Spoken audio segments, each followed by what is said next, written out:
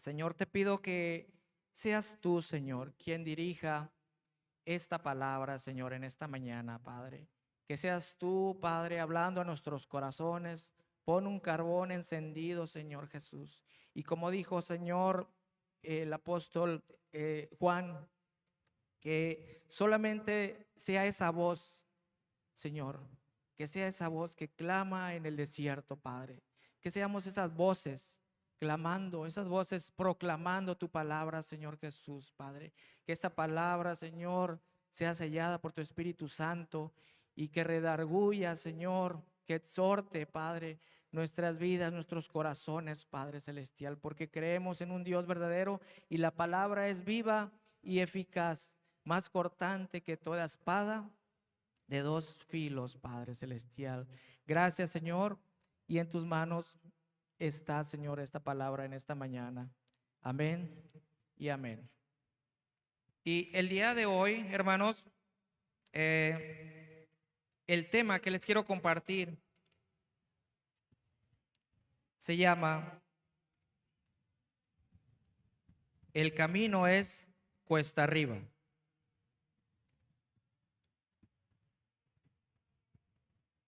El camino es cuesta arriba. ¿Y cómo es un camino cuesta arriba? ¿Cómo nos imaginamos un camino cuesta arriba? Un camino cuesta arriba es un camino ascendente que va hacia arriba. No es lo mismo manejar en una línea recta que manejar en un camino hacia arriba. Lógicamente es más fácil caminar en una línea recta. Si tomamos como referencia a los alpinistas, que estas personas escalan montañas y a menudo se topan con rocas muy resistentes, rocas llenas de hielo, con obstáculos, pero que ellos suben y tienen que desarrollar habilidades físicas para resistir y llegar a la meta y llegar a esa cima donde ellos planean llegar. Y para llegar a esa cima es necesario usar herramientas como los piolets y los crampones, que son los forros que ponen en sus zapatos, en las suelas de sus zapatos, con púas para no derraparse en el hielo que hay en las montañas. Ocupan arneses también. Y algo que me gusta de ellos es que el camino hacia la cima es por tanto un camino que implica esfuerzo. Es un camino que implica superación de obstáculos y una progresión ascendente. Nuevamente se lo repito, es un camino que implica esfuerzo, superación de obstáculos y una progresión ascendente. Y si lo llevamos, hermanos, a la vida del cristiano, usted no me va a dejar mentir que el camino se convierte a veces cuesta arriba, porque tenemos que enfrentar desafíos, tenemos que enfrentar dificultades, tenemos que enfrentar obstáculos, ir contracorriente. Y es un viaje donde necesitamos perseverancia, necesitamos confianza de parte de Dios. Y aún más cuando las pruebas son abrumadoras, mis hermanos. ¿Y quién mejor para no vivir este camino cuesta arriba que el apóstol Pablo? Este hombre estuvo preso cuando le escribe la carta a los filipenses. Estuvo en una celda muy fría, muy solitaria, donde él escribe esta carta con mucho amor a la iglesia de Filipenses. Y él veía algo muy importante en esta iglesia.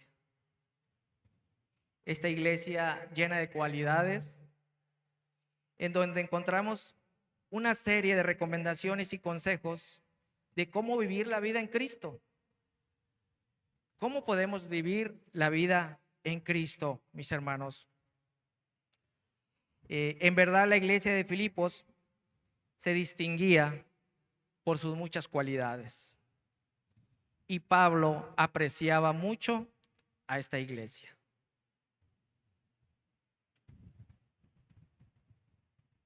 Amén. Voy a mover tantito. Bueno, Pablo nunca dejaba de orar por la iglesia. Siempre se acordaba en sus oraciones de la iglesia de Filipos. Y para muchos, hermanos, el camino en Cristo es inalcanzable, pero él decía, todo lo puedo en Cristo que me fortalece. Y la iglesia de Filipos fue muy receptiva a las palabras de Pablo, desde luego dirigidas por el Espíritu Santo. Hoy en día, hermanos, todas las iglesias del mundo, nuestra iglesia, enfrentamos muchos desafíos. Escuchamos guerras, rumores de guerras, cambios de gobiernos, problemas económicos, en los cuales, hermanos, necesitamos estar preparados para escalar ese camino cuesta arriba. Y a continuación, les quiero compartir 8 enseñanzas, 8 maneras que nos ayudarán a entender un poco más este camino. Si me acompaña y abre su Biblia en Filipenses 1:6, dice la palabra de Dios, estando persuadido de esto, que el que comenzó en vosotros la buena obra, la perfeccionará hasta el día de Jesucristo. Y qué hermosa promesa, hermanos, porque el que empezó la obra en nosotros, la perfeccionará, ¿hasta cuándo? Hasta el día de Cristo. Entonces tenemos una garantía, si usted y yo aceptamos a Cristo, estamos en constante transformación. Estamos en construcción. Es como esta nave. Esta nave todavía no se termina. Falta ponerle una pared allá atrás, hacer más salones. Faltan muchas cosas. Igual nuestra vida en Cristo aún no termina. Así es que no se desanime, hermano, que su vida en Cristo todavía no termina. Jesús todavía tiene muchas cosas que hacer en su vida y en la vida mía. Así es que ánimo. En la versión Nueva Traducción Viviente dice, estoy seguro de que Dios, quien comenzó la obra en ustedes, la continuará hasta que quede completamente terminada el día que Cristo Jesús vuelva. Entonces, hasta que Cristo Jesús vuelva, nosotros vamos a seguir siendo transformados. Estamos en construcción. Pero el crecimiento requiere esfuerzo. El crecimiento requiere cambios. El crecimiento requiere un corazón humilde y que reconozcamos que no lo sabemos todo. Porque a veces decimos, no, yo ya lo sé todo, yo ya he leído la Biblia muchas veces, así es que, pues, a mí no me van a enseñar. Pero recuerde que el único que lo sabe todo es Jesús.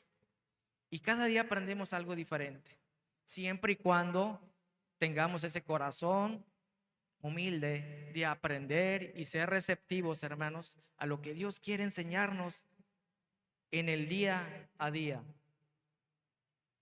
Y un distintivo de alguien que está creciendo espiritualmente es que se está volviendo más y más como Cristo. Si usted quiere saber quién está creciendo realmente, debe ver sus acciones. Pero a veces nuestras acciones traicionan nuestras palabras y no podemos demostrar algo que no somos, que realmente somos. nuestro lenguaje corporal sale a relucir lo que realmente somos. Pero si somos hijos de Dios y si somos transformados y si cada día le permitimos a Dios que nos siga moldeando, cada día que pase nos vamos a parecer a Cristo, hermanos. En lo natural, en nuestra vida, somos bebés, después niños, adolescentes, jóvenes, llegamos a una edad adulta y llegamos a la vejez. Y hay crecimiento, pero nunca hemos visto a un niño de 70 años, nunca hemos visto a un niño de 80 años, ¿verdad? Porque pues ya no sería niño, ya sería una persona adulta. Sin embargo, Pablo nos hace reflexionar en 1 Corintios 4:20, donde él nos dice: hermanos, no seáis niños en el modo de pensar, sino sed niños en la malicia, pero maduros en el modo de pensar.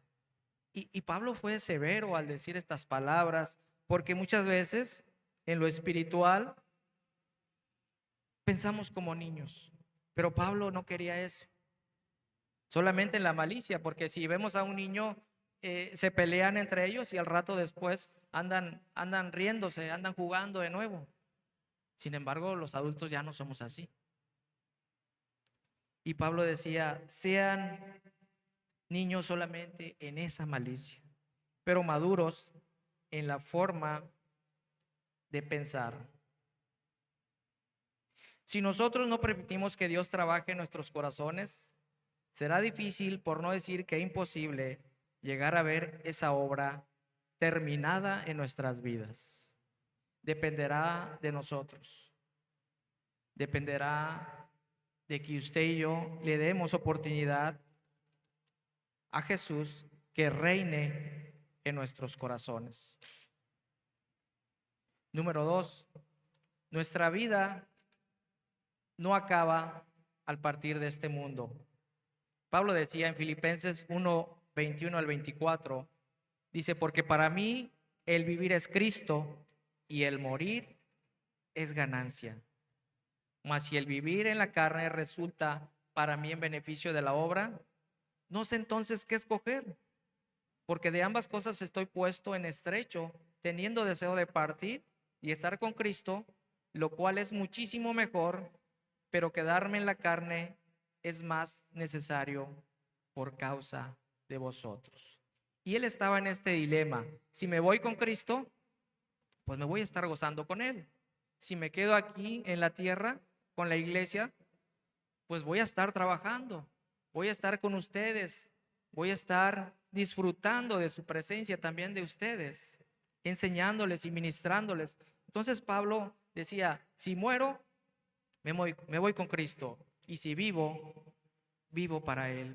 Y Él nos enseña que vivamos para Cristo. Mientras estemos aquí en la tierra, vamos a vivir para Cristo. No vivamos para nuestros deseos, no vivamos para nuestros pecados. Vivamos para Cristo, así como lo hizo Pablo.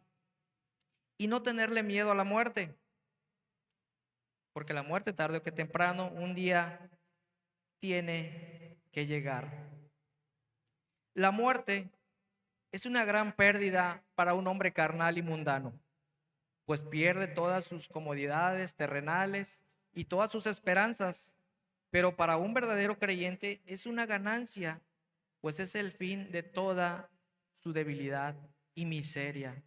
Lo libra de todos los males de la vida y lo lleva a poseer un bien principal. Viéndolo de esta manera, hermanos, esa es la garantía que Dios nos da como sus hijos. Vivos o muertos, le pertenecemos a Él. Y cuando partamos de este mundo, tenemos un lugar reservado allá en el cielo. Jesús, antes de morir en el Getsemaní, ¿cuáles fueron sus palabras? En Lucas 22:42 Dice, Padre, si quieres, aparta de mí esta copa, pero no se haga mi voluntad, sino la tuya.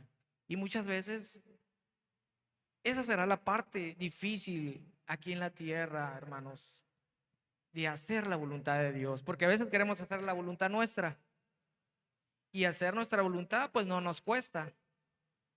Mismo Jesús dijo, son dos caminos, el camino estrecho y el camino espacioso. Cuando hacemos nuestra voluntad, pues nos vamos por el camino espacioso. Nadie nos va a decir nada, nadie nos va a señalar, porque es un camino libre, pero sabemos que ese camino nos llevará a la perdición. Sin embargo, el camino estrecho, como lo dijo Jesús en el Getsemaní, Padre, aparta esta copa de mí, pero que no se haga mi voluntad, sino la tuya. Y cuesta hacer la voluntad del Señor. Muchas veces nos costará.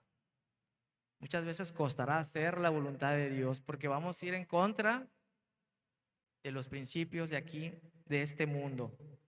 Hay una historia en Lucas 16, del 19 al 31. No lo voy a leer porque me tardaría más. Pero en esta historia, mis hermanos, habla sobre un joven rico y Lázaro. El joven rico, dice la historia, que día a día tenía sus banquetes, que día a día tenía sus fiestas, se vestía de lo mejor, estaba bien relacionado. Pero también existía un mendigo llamado Lázaro. Este hombre, dice la palabra, que para poder alimentarse, él se alimentaba de lo que se le caía de la mesa de este joven rico. Y eran dos extremos muy alejados. Este hombre era muy rico y este Lázaro era demasiado pobre, a tal grado que estaba pobre y todavía estaba enfermo, porque dice la palabra que los perros lambían sus llagas. Quiere decir que este hombre estaba enfermo. Pero un día, hermanos, muere Lázaro. Y dice la palabra que fueron y lo aventaron, tal vez en aquel tiempo en esa fosa común. Nadie lo reclamó, nadie le dio esa despedida, pero después de muerto vinieron los ángeles y se lo llevaron al seno de Abraham. Y muere este joven rico también. Y este joven rico muere con lo mejor, el mejor funeral, flores, dedicatorias, canciones, lo mejor que nos podamos imaginar. Pero dice la escritura que él fue al Hades, a un lugar de tormento. Y como es un lugar dividido, donde nadie puede pasar esa línea, dice la palabra que este joven rico lo vio a lo lejos y él, siendo atormentado por el fuego, le dijo al padre Abraham, permítele que tan solo con un dedo lo remoje en agua y me lo ponga en mi lengua, porque este dolor ya no lo soporto. Y el padre Abraham le dice que no era posible. Le dijo, tú en vida tuviste lujos, tuviste todo. Ahora a Lázaro le toca disfrutar.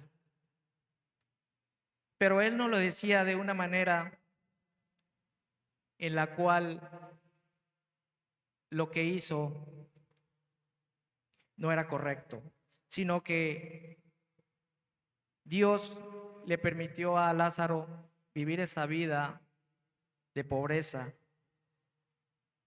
pero en vida él pudo conocer a Dios, él pudo acercarse a Dios, pudo arrepentirse y ahora estaba disfrutando de ese paraíso.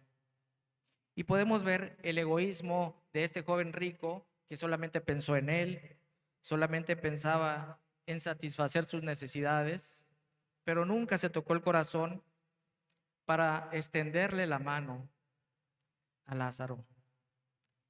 Y esta historia, hermanos, nos hace reflexionar que si vivimos, vivimos para Cristo, y si morimos, morimos para Él.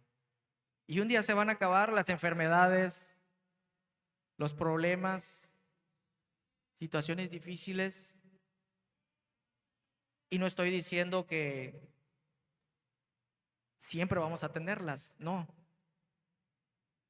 Solamente Dios sabe cómo las va a permitir y a quiénes se las va a permitir. Pero el punto es que si morimos en Cristo, hermanos, tenemos esa garantía de estar con Él. En Filipenses 1, del 29 al 30, en el punto número 3, padecer por Cristo también será un privilegio, dice la palabra de Dios, porque a vosotros os es concedido a causa de Cristo, no solo que creáis en Él, sino también que padezcáis por Él. Si Cristo padeció, no nos vamos a escapar. Vamos a padecer también aquí en la tierra, así como Pablo lo hizo.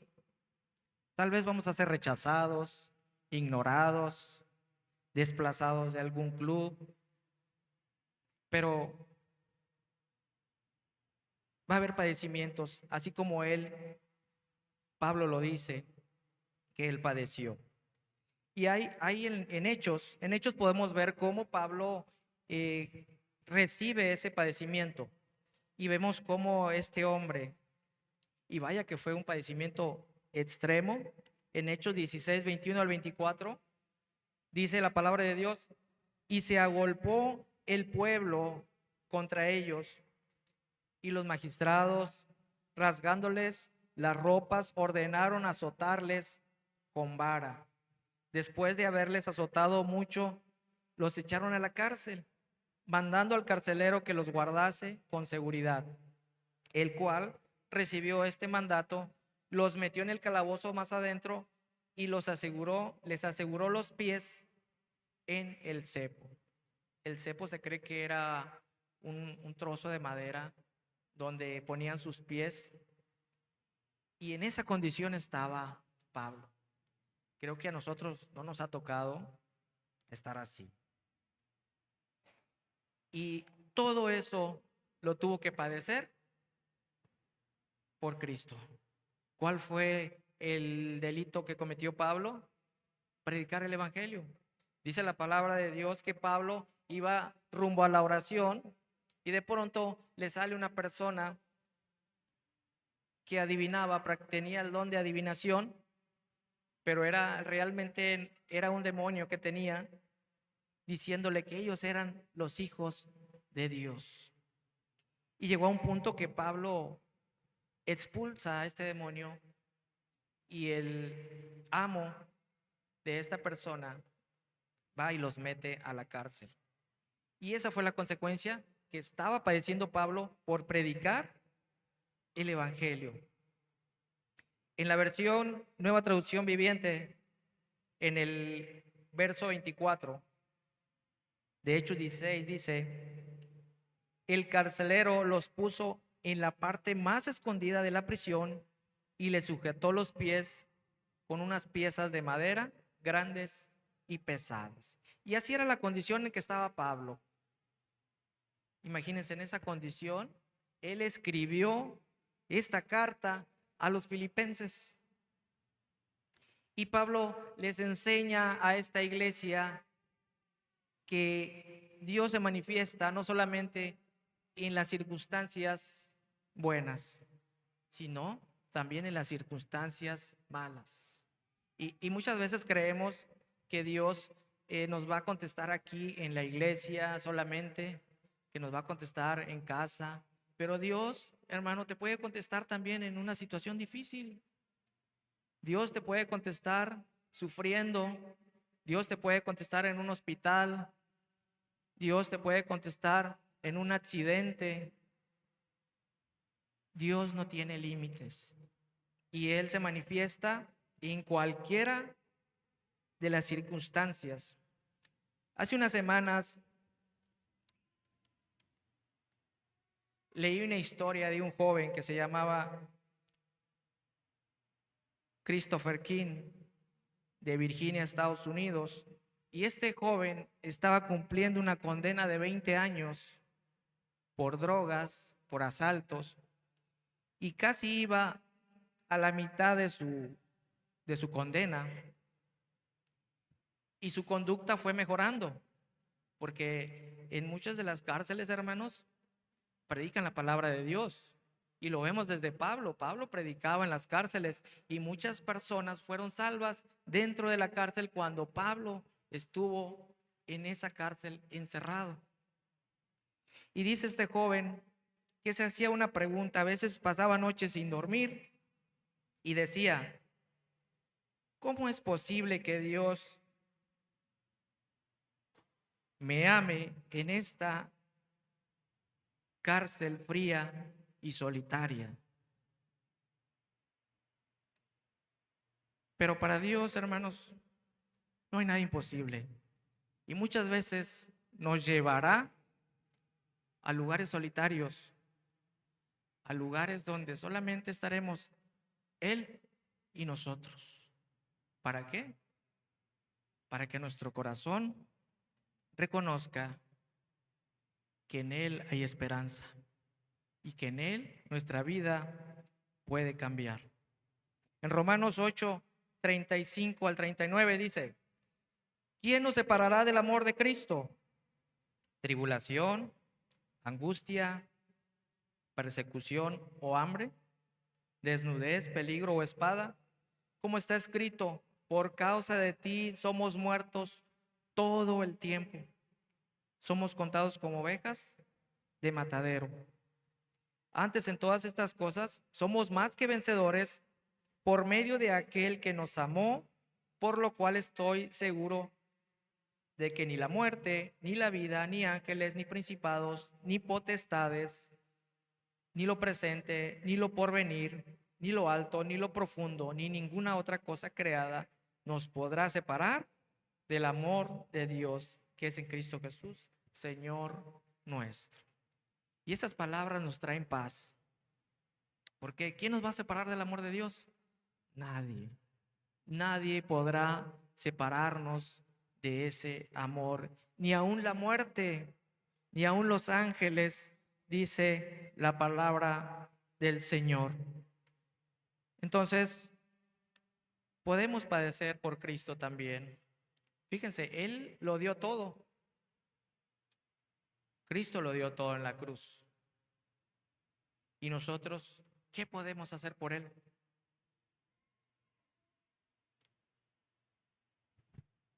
Filipenses 2, del 2 al 9.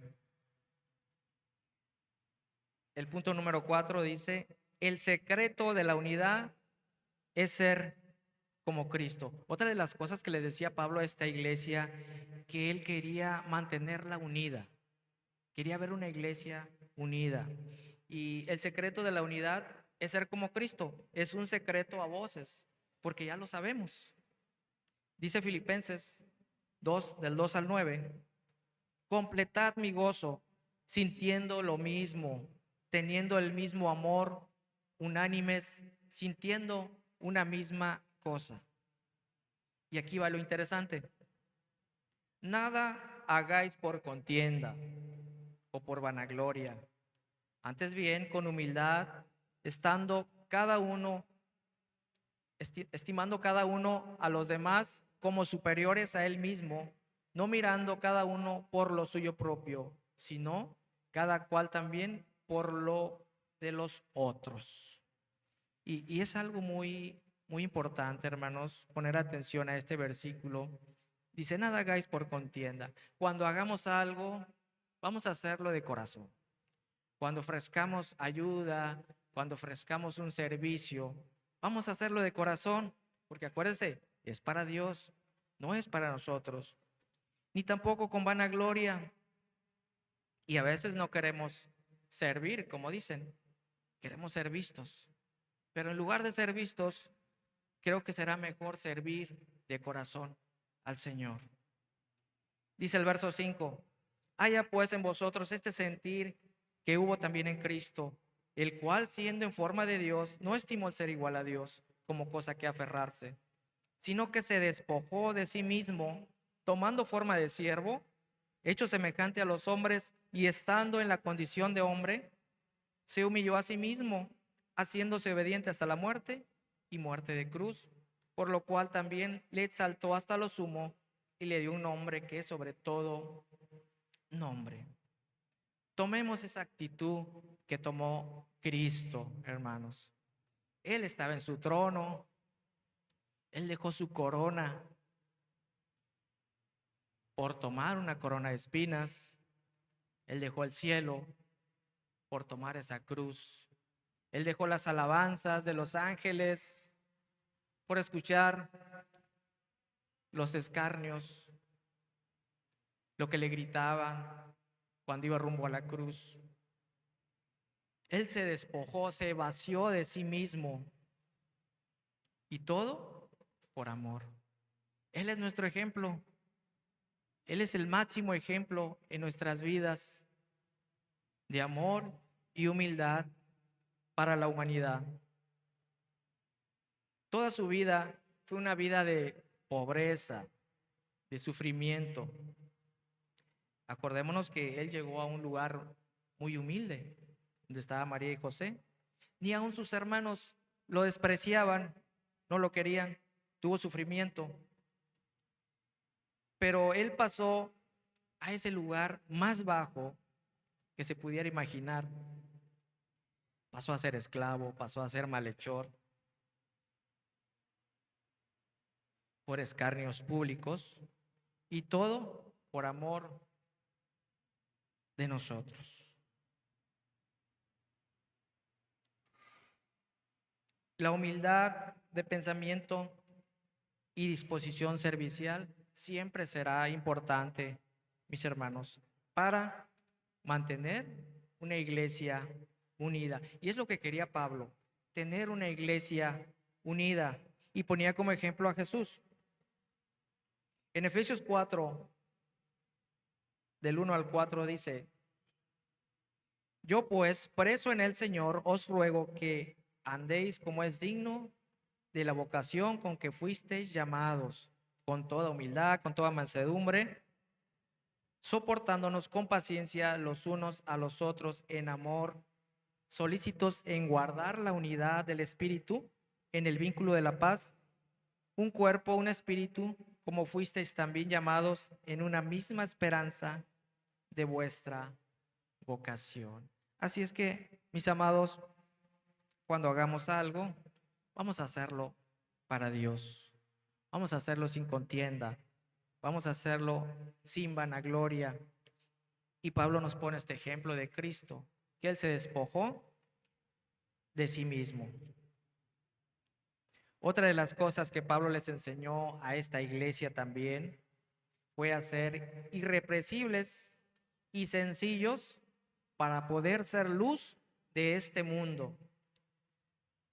Necesitamos ser irreprensibles y sencillos, dice Filipenses 2:15, para que seáis irreprensibles y sencillos, hijos de Dios, sin mancha, en medio de una generación maligna y perversa, en medio de la cual resplandecéis como luminares en el mundo. Usted y yo podemos ser esa estrella en la oscuridad de la vida de alguien. Pero si esa estrella le falta el brillo, si a esa estrella le falta esa luz, difícilmente van a voltear a ver esa estrella. Que claro, esa luz que producimos no es propia, esa luz que producimos proviene de Cristo, de la luz de Cristo. Muchos han de pensar, una persona sencilla no es una persona ingenua ni falta de entendimiento, sino que cuenta con un corazón dispuesto a aprender y viene alineado a la voluntad de Dios. Es la definición de una persona sencilla. Ahora, una persona irrepresible es aquella que busca agradar a Dios y no a sí mismo. Y es muy práctico. ¿Queremos ser irrepresibles? Agrademos a Dios y no nos agrademos a nosotros mismos. Porque si queremos agradarnos a nosotros mismos, pues no creo que lleguemos a ser irrepresibles, como lo dice Filipenses 2:15. Somos la sal de la tierra, hermanos. Pero dice la Biblia, pero si la sal se desvanece, ya no sirve para nada, dice, sino para ser desechado. Somos esa sal. Tengamos presente eso y mantengamos esa sal siempre viva y productiva para los demás. Pero, ¿cómo se logra esto, hermanos? En Filipenses 2:14 dice, haced todo sin murmuraciones y contiendas. Y yo me imagino a Pablo en esa cárcel escribiendo a los filipenses, inspirado por el Espíritu Santo, escribiendo todo esto a los filipenses para mantener una iglesia unida, para que estuvieran unidos. Les dice, hagan todo sin murmuraciones. Y nos damos cuenta que cuando hacemos una acción y la hacemos de corazón, está bien. Pero cuando hacemos algo y lo hacemos murmurando, criticando, pues se pierde esa esencia, se pierde lo bueno de la acción, como lo decía Pablo aquí en la carta a los filipenses. Hace todo sin murmuraciones. Y si vamos a decir algo, que sea algo bueno, algo que construya, algo que edifique, algo que aporte, algo que anime, algo que levante. De lo contrario, creo yo que sería mejor guardar silencio. Si no, seremos cautivos de nuestras propias palabras. Así es que esto nos mantendrá irrepresibles, hermanos, en un mundo perverso como en el que estamos viviendo hoy, para poder ser luz de este mundo. ¿Y qué más? ¿Qué más necesitamos? En Filipenses 2:16 dice, asidos de la palabra de vida, para que en el día de Cristo yo pueda gloriarme de que no he corrido en vano, ni en vano he trabajado. Así es que tenemos un filtro y es su palabra. Aferrémonos a su palabra. Arraigados, decía el tema del domingo pasado del pastor, arraigados en Cristo, confirmados en Cristo, en ese camino que Él nos dejó. Vamos a arraigarnos de esa palabra que Él nos ha dejado, hermanos. Amén. Están muy serios. Número 6, Filipenses 3, del 13 al 14, dice, hermanos, yo mismo no pretendo haberlo ya alcanzado, pero una cosa hago, olvidando ciertamente lo que queda atrás y extendiéndome a lo que está adelante. Prosigo a la meta, al premio del supremo llamamiento de Dios en Cristo Jesús. No pierdas el enfoque de tu meta. Los alpinistas, como lo decía al principio, ellos van escalando esa montaña y tienen una meta, llegar a la cima. Y si pierden esa meta, pues les puede costar hasta su vida. Pueden perder ese proyecto. Si están en una competencia, pueden perderlo. Pero lo nuestro no es una competencia. Lo nuestro no es una montaña. Nuestra meta es llegar limpios al término de nuestras vidas en Cristo. Así es que Pablo decía, no pretendo haberlo alcanzado, pero hago esto, olvido lo que quedó atrás y me extiendo adelante. Y es un camino progresivo. El camino en Cristo, hermanos, es un camino progresivo. Necesitamos ir creciendo. ir creciendo como cristianos. No podemos quedarnos estancados, no podemos quedarnos en un lugar, sino necesitamos ir creciendo día a día. Filipenses 3:17 dice: hermanos, sed imitadores de mí y mirad a los que así se conducen según el ejemplo que tenéis en nosotros. Y Pablo deseaba que la iglesia tuviera esa mente de Cristo. Y al tener esa mente de Cristo, se iban a poder ser imitadores de Pablo. Entonces, ¿qué les decía él? Sean humildes, sean unidos, sean serviciales, sean obedientes, busquen la santidad, estén firmes y busquen el gozo también. Ahorita vamos a hablar del gozo. Y al inicio decía, leíamos el Salmo 100, donde el Salmo 100 dice: cantad alegres a Dios, habitantes de toda la tierra. Entonces, el Salmo 100 no nos pregunta si estamos tristes, si traemos problemas. El Salmo 100 solamente nos dice: canten alegres a Dios. Y es lo que quiere Dios, que mantengamos ese gozo. A pesar de las circunstancias, a pesar de los problemas, tengamos ese gozo. Y seguirán los problemas. ¿Qué está estorbando para llegar a esa meta, para escalar esa montaña? Los problemas, las enfermedades, las pruebas, la falta de gozo, los afanes de este mundo nos están entreteniendo, las modas, y muchas veces, vaya que sí hay muchas distracciones en la actualidad. Internet, redes sociales nos distraen, y en lugar de dedicarle más tiempo a Dios, el tiempo lo perdemos en otras cosas. Y al final Pablo les dice: busquen todo lo bueno, todo lo verdadero, todo lo que es de buen nombre.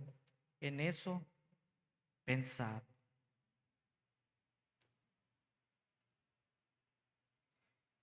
Vamos a hablar del gozo. También Pablo les habla sobre esta parte en Filipenses 4:4. Dice: regocijaos en el Señor siempre. Otra vez digo, regocijaos. Y Pablo sabía que era muy importante mantener una buena actitud, mantener ese gozo en momentos difíciles, en momentos de dolor, en momentos donde Pablo sabía que podía ser decapitado en cualquier momento. Pablo sabía que podía ser asesinado en la cárcel. Sin embargo, él tenía esa fe, él tenía esa esperanza y mantenía el gozo y les compartía a los que estaban dentro también de Cristo. Y fíjense, a veces creemos que es un obstáculo y que Pablo estaba atrapado en una cárcel donde ya no podía hacer nada, pero Dios utilizó esta cárcel para que él compartiera el evangelio a los que estaban dentro de la cárcel, a los que gobernaban esa cárcel. Y la palabra de Dios se extendió y a él lo conocieron. ¿Saben por qué? Lo conocieron porque era un prisionero por Cristo, que es algo extraño, ¿no? Por lo regular los prisioneros robaron, mataron, cometieron algún delito, pero Pablo era un prisionero por Cristo. Pero como el Señor tiene misericordia de todos, y dentro de esa cárcel probablemente también había personas que necesitaban de Cristo, Pablo llega a esta cárcel y les predica el evangelio a los que están ahí dentro. Y es la manera que actúa Dios. Esa es la forma que Dios actúa. Filipenses 4 del 6 al 7 dice: aléjense de las preocupaciones y presenten delante de Dios sus necesidades. Por nada estéis afanosos, sino sean conocidas nuestras peticiones delante de Dios en toda oración y ruego con acción de gracias. Y la paz de Dios, que sobrepasa todo entendimiento, guardará vuestros corazones y vuestros pensamientos en Cristo Jesús. Dice, sean conocidas delante de Dios en toda oración y ruego. Y desafortunadamente a veces, mis hermanos, la oración debería ser el volante de nuestras vidas, pero muchas veces la utilizamos del neumático de emergencia, ¿sí? Ya cuando fue lo último, cuando ya probamos por todos lados y sacamos ese neumático porque pues nuestro auto está ponchado, como una emergencia. Y aún así Dios tiene misericordia y nos ayuda, hermanos. Pero qué hermoso sería que utilicemos la oración. ¿Sabes qué, Señor? Mira, voy a tomar esta decisión. Ayúdame. Si es tu voluntad, lo voy a hacer. Si no, pues no lo hago. Y nos evitaríamos muchos problemas y muchos dolores de cabeza si la utilizáramos al final. Entonces, Pablo les decía, utilicen la oración y ruego y con acción de gracias. Filipenses 4:11 dice, no lo digo porque tenga escasez, pues he aprendido a contentarme cualquiera que sea mi situación. Y vaya que sí, él aprendió a contentarse en cualquier situación. ¿Va a ser fácil? No va a ser fácil estar contentos en cualquier situación, pero con la ayuda de Dios lo vamos a lograr. Dice, el orgullo, la incredulidad, el vano anhelo de algo que no tenemos y la inconstancia de las cosas presentes hacen que los hombres estén desconectados e incluso en circunstancias favorables. ¿Qué quiere decir esto? Que a veces, hermanos, lo tenemos todo, pero queremos más. Tenemos un techo, tenemos una familia, tenemos un trabajo, tenemos alimento en casa, pero queremos más. Ya vimos a nuestro compañero que pues ya estrenó auto, estrenó casa y también nosotros pues queremos estrenar un auto. Pero es importante estar contentos, hermanos, con lo que tenemos. Tampoco quiero que malinterpreten a ser conformista. No, simplemente en su momento Dios nos dará lo que necesitamos. Sí, tenemos lo que necesitamos y nos dará en su momento más cosas, pero en el tiempo de Él. Así es que valoremos nuestro trabajo, valoremos nuestra familia. Fíjense, ahorita que se ha ido el agua en Reynosa, se va el agua y resentimos. ¿Por qué? Porque estamos habituados a que pues todos los días tenemos agua y todos los días le abrimos a la regadera y nos bañamos bien padre. Pero cuando no hay, nos molestamos, nos enojamos. Y así pasa cuando no valoramos las cosas que Él nos da. Todo lo que Él nos da, el vestido, la ropa. Entonces, vamos a ser agradecidos también y eso nos puede ayudar a mantener siempre el gozo, mis hermanos. Ya casi termino. Punto número 8. Dice Filipenses 4:12. Sé vivir humildemente, sé tener abundancia en todo y por todo estoy enseñado, así para estar saciado como para tener hambre, así para tener abundancia como para padecer necesidad. Y Pablo lo decía porque lo estaba viviendo. Pablo, siendo un ciudadano romano, tenía privilegios, pero que él decía que eso para él ya no significaba nada, era una basura. Él, su prioridad era Cristo y predicar el Evangelio. Y decía que sabía vivir en abundancia y también en humildad. Filipenses 4:19 dice, mi Dios pues suplirá todo lo que os falte conforme a sus riquezas en gloria en Cristo Jesús. Y nuestro Dios suple, hermanos. Nuestro Dios suple lo que necesitamos, ¿sí? A veces no lo que queremos. porque sí, a veces queremos cosas que, pues en lugar de ayudarnos, pues nos dañarían. En lugar de fortalecernos, nos pueden debilitar. Y Él siempre nos va a dar lo que necesitamos.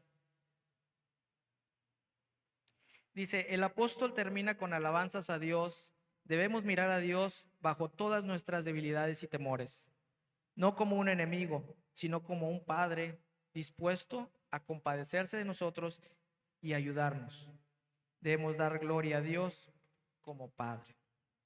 Entonces, aprender a vivir en abundancia y aprender a vivir en humildad. Y, y quiero compartirles también un verso en Juan. Y no me quiero salir mucho del contexto, pero también hablar de la humildad habla de nuestras acciones, no solamente de la abundancia, de lo económico, sino también en lo moral, en nuestras acciones.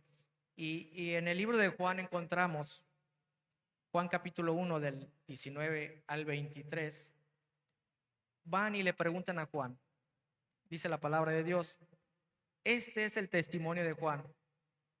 Cuando los judíos enviaron de Jerusalén sacerdotes y levitas para que le preguntasen, ¿tú quién eres? Confesó y no negó, sino confesó, yo no soy el Cristo. Y le preguntaron, ¿qué pues? ¿Eres tú Elías? Dijo, no lo soy. ¿Eres tu profeta? Respondió.